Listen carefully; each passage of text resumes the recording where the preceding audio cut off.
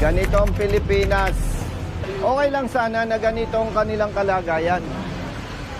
Kung walang pera ang ating gobyerno.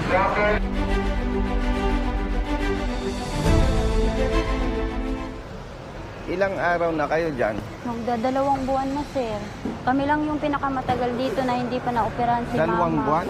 Opo. Ay kulang pa po kasi, sir. Na paano ba? Na paano ang nanay mo? Nanay mo? Opo. Na-slide po sa sir. Na paano ka? Naoperahan na po yan dito last year. Na-infection. Sige na, sige na. Tapos, Ay kailangan operahan ulit. Tatanggalin yung bakal. Tapos yung may bakal, tatanggalin. Dito po dalawa. Ibig sabihin, ilang buwan na kayong nakaganyan? Magdadalawa. 2 months? Magdadalawa na po dito. Kahiga. Hindi kami ina-admit, hindi ma-operan si mama pag Bakit yung daw? kulang namin na 45. Magkano yung kwentada na dapat bayaran kung ma-opera siya? Ano, 300,000 po yung lahat-lahat na. 300,000. Opo. Bali yung kulang po, naayos ko na yung iba. Bali yung kulang po is 45,000 na lang po. Sinong kausap mo sa loob? Yung doktor po ni mama, si Doc Victoria po, ay ayaw si mama operahan. Alam niya na ang kulang 45,000. Bali, 95 yun. Ngayon, nalakad ko sa DSWD, dinagdagan kami ng 50,000. Eh, ngayon, kulang na lang namin 45,000. Para ma-operan. 2 buwan na kayo dyan. Opo. Kami lang, sir, pinakamatagal dito. Kayong pinamatal. Saan kayo na nangungubeta? Wala. Diyan, sa CR ng lahat. Eh, ayaw na Paano nga. siya nalakad? Ay, wheelchair po. Humiram lang po kami dyan sa luko. Paano po nakakalakad naman? Eh, sir, nahirapan na si mama, namamaga yun sa loob, ganyan na infection. Wala kami iba mahingian, sir, na tulong eh. Kasi yung ano ni mama, walang CPR daw, walang food, kaya hindi kami makahingi ng tulong. Meron na siyang GL. Ang bill, ang kwentada, 300,000. Ang kulang na lang, 45,000 para maopera. Ang gusto, buo. Opo, kasi hindi sa loob, sir, eh, na kaya nahirapan kami. Sa Pacific po, babayaran. Sa Pacific, alika kapatid. Alika. Grabe, oh.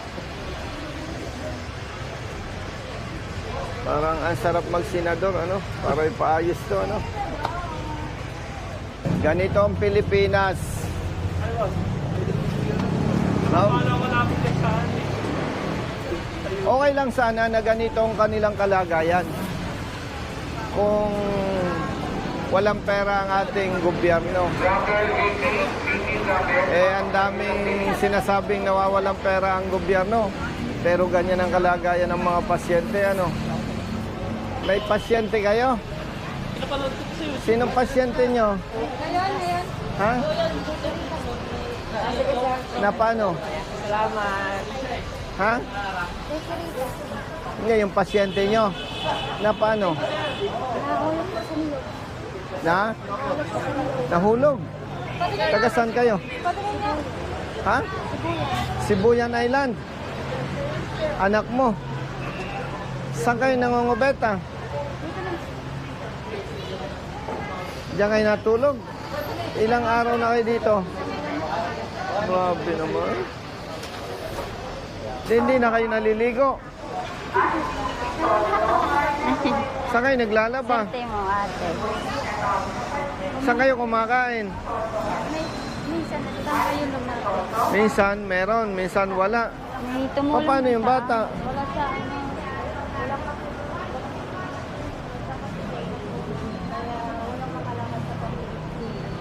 Nakakapayak naman ang kalagayan ng mga kababayan natin. Sakali po mamaya, ang andyan po si Saan bang entrance? Dr. San Pedro po. Halika, brother. Apo, diretso na po tayo. Kasi si Halika. Director po nasa, magpapa-opera pala, wala po dyan. Doktor, nagpapa-opera. Ako si Director. Si Dr. San Grabe Pedro. naman, oh. May git ng 2 months. Yung Oo. pasyente po. Oo, 300,000 ang estimated cost ng kailangan. Nakapangalap na ng GL na 255. nagawin ko. Ba't ayaw pang operahan? Ayun naman ito pumasasa. Hindi mo masasagot yun. Kaya nga...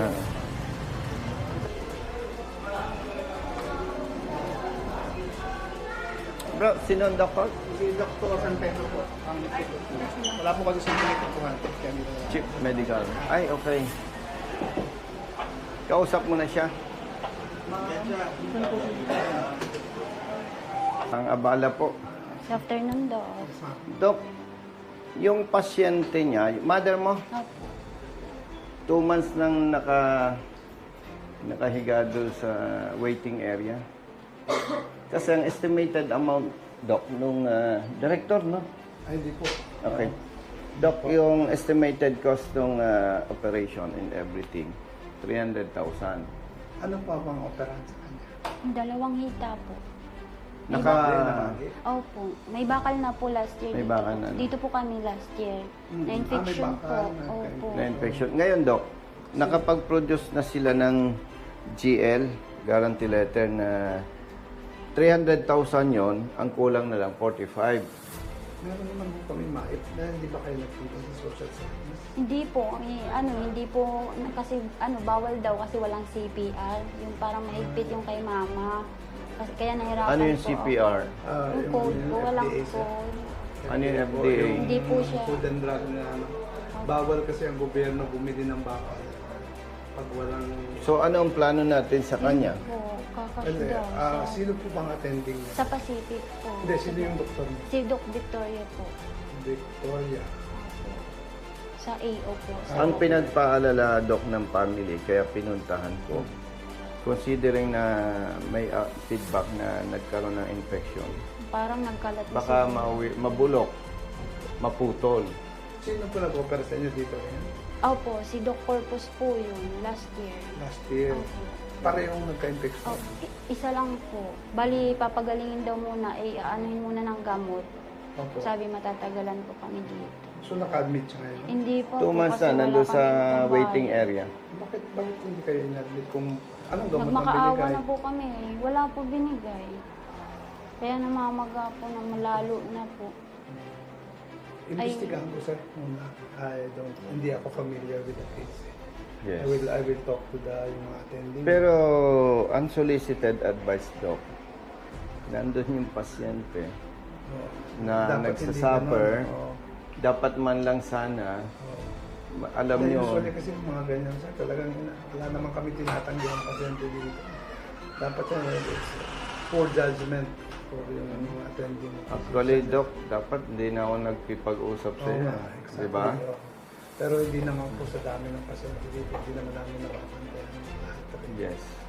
Pero I'll get to the bottom of it.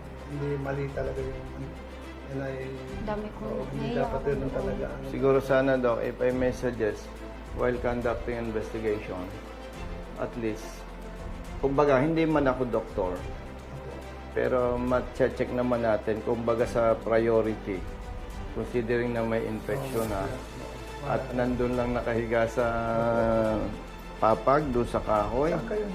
Tacloban po kami. Pero saan Taga kayo- Tacloban, Leyte kayo. Opo. Saan kayo naka-stay ngayon?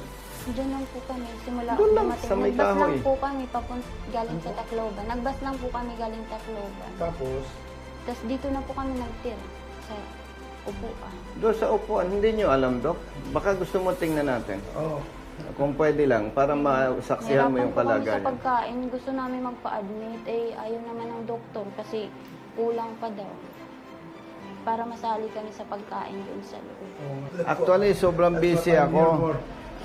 Sobrang busy ako, Doc. Kaya lang, alam naman natin ang sitwasyon. Ang kinakatakot ko lang dyan, Doc, baka masobra yung infection niya. Putulan. Yes, boss. Baka maputulan ng paa. Ito yung pasyente, Doc. 2 months na. dito. Dito lang kayo. Yan, ganyan.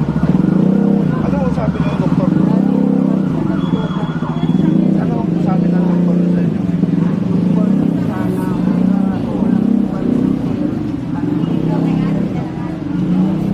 Ay, guarantee letter. Ate, taga saan ka? Tacloban, Leyte. Ay ganito, no? Gusto ko lang alam ni Doc, no? Yung 45,000 para sa akin bilang congressman, maliit lang yon. Ang problema lang, yung pondo ko para sa medical assistant, pinutol. Wala akong pondo. Kaya itong problemang ito, ilalapit ko sa mga kaibigan ko. Sir, may other sources of funding naman po kami. Yun, salamat. Ayusin na lang para hindi na kayo Salamat. Ano na po bahala. Kasi ang kinakatakot ko dito, Doc, baka masobrahan yung infection at putulin. Kawawa naman. Paano natin ngayon para ma-evaluate natin ang mabuti? Kung kailangan i-admit na, ay hindi po. Hindi, kaya binanggit ko nga kay Doc na dapat mabigyan agad ng atensyon kasi kung mapabayaan yan, ay masakit, di ba? Masakit naman kung puputulin. Bata pa. Oh. Dok, ito, taga Sibuyan, Romblon. Yan mo, may batang maliit.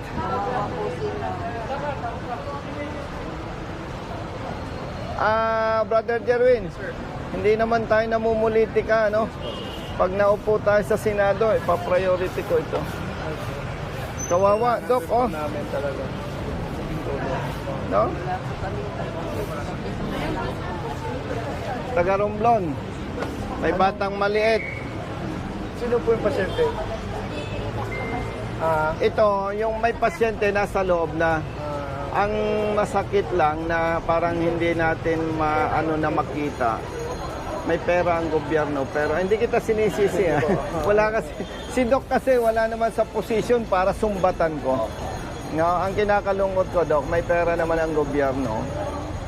Pero ang dinadanas ng ating mga kababayan, kumbaga pag titingnan mo ang kabuuan pera ng gobyerno, barya lang itong problemang to. Napabanggit ko lang sa'yo, no? At nakikita ko naman yung mata mo, no? Parang halos maiyak ka na, eh. Nakikita, actually meron na kaming proposal. Kasi may lugar kami dyan. Pinapa-renovate. Gusto namin pa-renovate para yung parang temporary shelter ng mga pasyente. Medyo kulang sa pondo kaya hindi pa namin. Yung salitang kulang sa pondo, ayaw kong madinig yan. Hindi, naintindihan kita. No.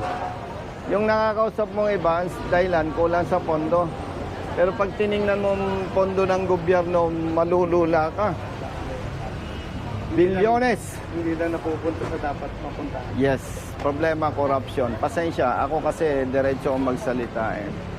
At yun nga, no, yung kapatid, yung kulang, si Doc na tutulong. Pero kung hindi pinutol ang pondo ko para sa medical assistance, hindi na ako pupunta dito. Papadala ko na lang sa'yo. Wala, pinutol yung pondo ko, eh. Kaya mabuti, may mabuting loob. Di wala na akong problema sa inyo. Si Doc na ang bahala. Dr. San Pedro po. Dr. San Pedro. Ganito, ha. Ipanatag mo na ang kalooban mo, pati ikaw, ha. Si Doc San Pedro na yung kausap natin. At ang hinihiling natin, habang pinaimbestigahan niya yung sitwasyon ninyo, yung kalagayan ninyo, nire-request natin na as soon as possible, pinakamabilis na panahon, mailipat na kayo doon. Pero Dapat 14, wala kaming pambayad. Ngayon, schedule ulit. napausad ng napausad. Sige lang. Pwede naman kayo pasok kahit hindi kayo maoperahan agad. Ang kamahanap yung schedule. At ang maganda, Wala na kayo dito. Nasa hospital na kayo. at ang maganda, kung nasa loob kayo, baka may kailangang medication, makakabuti. No. Hindi, wag mo na kalimutan mo na yung kausap mong doktor. Ha? Ako na po. Kalimutan mo na yon. Ang kausap mo si Doc San Pedro na. Kasi pag laging sasabi mo ayaw ni doktor, magagalit ako sa'yo kasi nandito na si Doc San Pedro, eh. Lahat ng kausap mo, kalimutan mo na. Ang kausap mo na si Doc San Pedro. Ayos. Wala ka nang babanggiting ayaw ni Doc, nabago. Wala nang ganon. Malinaw sa'yo. Malinaw sa'yo, ha? Ha? Pasalamat sa Diyos. Ha? At pasalamat kay Doc San Pedro. Yung sa inyo, hindi natin pwedeng ipabalikan lahat kay Doc. Ang mahalaga, yung pasyente ninyo nasa loob. Yung kalagayan ninyo, walang kakayahan si Doc na ayusin yung kalagayan ninyo. May limitasyon din siya. Kaya nga sabi ko kay Brother Jerwin, kung loobin ng Diyos, suporta ng taong bayan, maluklok ka sa Senado, ipapriority natin to. Ha? Tis-tis lang. Ha? Yung bata, oh, nakakaawa. Pa-picture kami. O sige, sama natin si Doc. Pero kayo, San Miguel, Leyte. O, lilinawin ko, ha. Yung mga nakaraan, kung sino mang kausap mo, kalimutan mo na. Tapos na yon. Basta ang kausap mo, si Doc San Pedro. Okay? May number naman ako sa'yo. Kumustahan na lang. Panatag mo ng kalooban mo. Swerte mo na tiyempo natin si Doc San Pedro. Okay? Ha? Sige. May hanap buhay ka ba bago ka nadala dito? Sa bahay na. Ay, oh, ikaw. Nag-aalaga. Sige. Pinagbibigyan lang sa akin ng pagkain. May nagbibigay. Pag nagbigay ako, baka makasuhan pa ako ng Comelec. Ano? Nakakatakot ang Comelec eh. Ang Comelec, makapangyarihan eh. No, baka malasin. Pasensya na, ha. Okay lang. Ganito, pagka may advice na si Doc, pwede na kayong umuwi ng Tacloban, Leyte, San Miguel, Leyte. Ha? Hindi, huwag niyong problemahin yung follow-up. Pag sinabi ni Doc, pwede na kayong umuwi, tawag kayo sa office ko, problema ko na kung paano kayo ipapahatid sa Leyte. No? Ha? Okay na. Balitaan nyo ko. At ipapahatid ko kayo sa Leyte. Gusto mo sa barko, sa aeroplano? O, sige. Aeroplano. O, sige. Sige. Tapos na yung mga kapalpakan, ha? Si Doc San Pedro ng bala. Okay. Doc, salamat. Chat mo lang ako. Yes. Message. Hindi sana ako ng tulong para sa father ko po kasi kailangan din po ng operation na ngayon. Operation. Opo, para doon sa ano yan. Pinauwi Magkano? ko muna kasi nasa 180,000 po yun. Ganito, ha? Kailangan po kasi talagang maoperahan. Magiging matapat ako sa iyo, ha? Pinutol sa Kongreso ang aking pondo. Ibibigay ko sa yung number ko. Hihingi tayo ng tulong sa iba.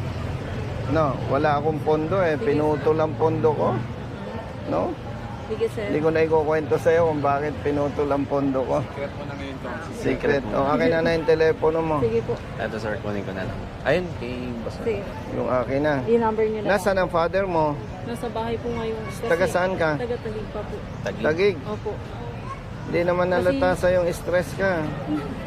Kasi Kasi ayaw kong i-ano kay Doc, may problema pa kami o doon. galing po kasi kami na dito no last week. Pinauwi muna kasi kami. Anong operahan siya? Ito po yung sa ano niya, binti niya. Na paano? Nagkaroon din ng bali yung buto po. Kailangan din po ano ng bakal. Yung sa buto niya. 60 years old na. Opo. May lus-lus pa siya. Kailangan, hindi na operahan kasi nga, apektado yung sa ano niya. Ganon? Opo. Kaya kailangan talagang... Akin na na. Brother Jerwin, picturean mo at manghihingi tayo ng ibang Yes sir. suporta sa ibang sir. mga kaibigan. Kailangan po kasi siya maoperahan na. Hindi, basta usapang opera, mas maaga, mas maganda. Ano, Doc? Si Doc San Pedro. Director niyo po. Yan. I-text mo ako, ha? Okay po. Sige po. Save ko na lang po. I-text mo ako, hingi tayo ng tulong sa ibang congressman, ha? Yung hindi naputol ang pondo, ha? Sige sir. Kung hindi naputol ang pondo ko, bukas okay na yan. Opo. Ingat po kayo. Mga ano po, ha? I-update ko po kayo. Tumatanggap ako ng tawag. 24/7. Just in case. I have your number, sir. Yes, po. I'll update you. Thank you po. Thank you, Doc. Salamat po. Nabawasan ako ng problema.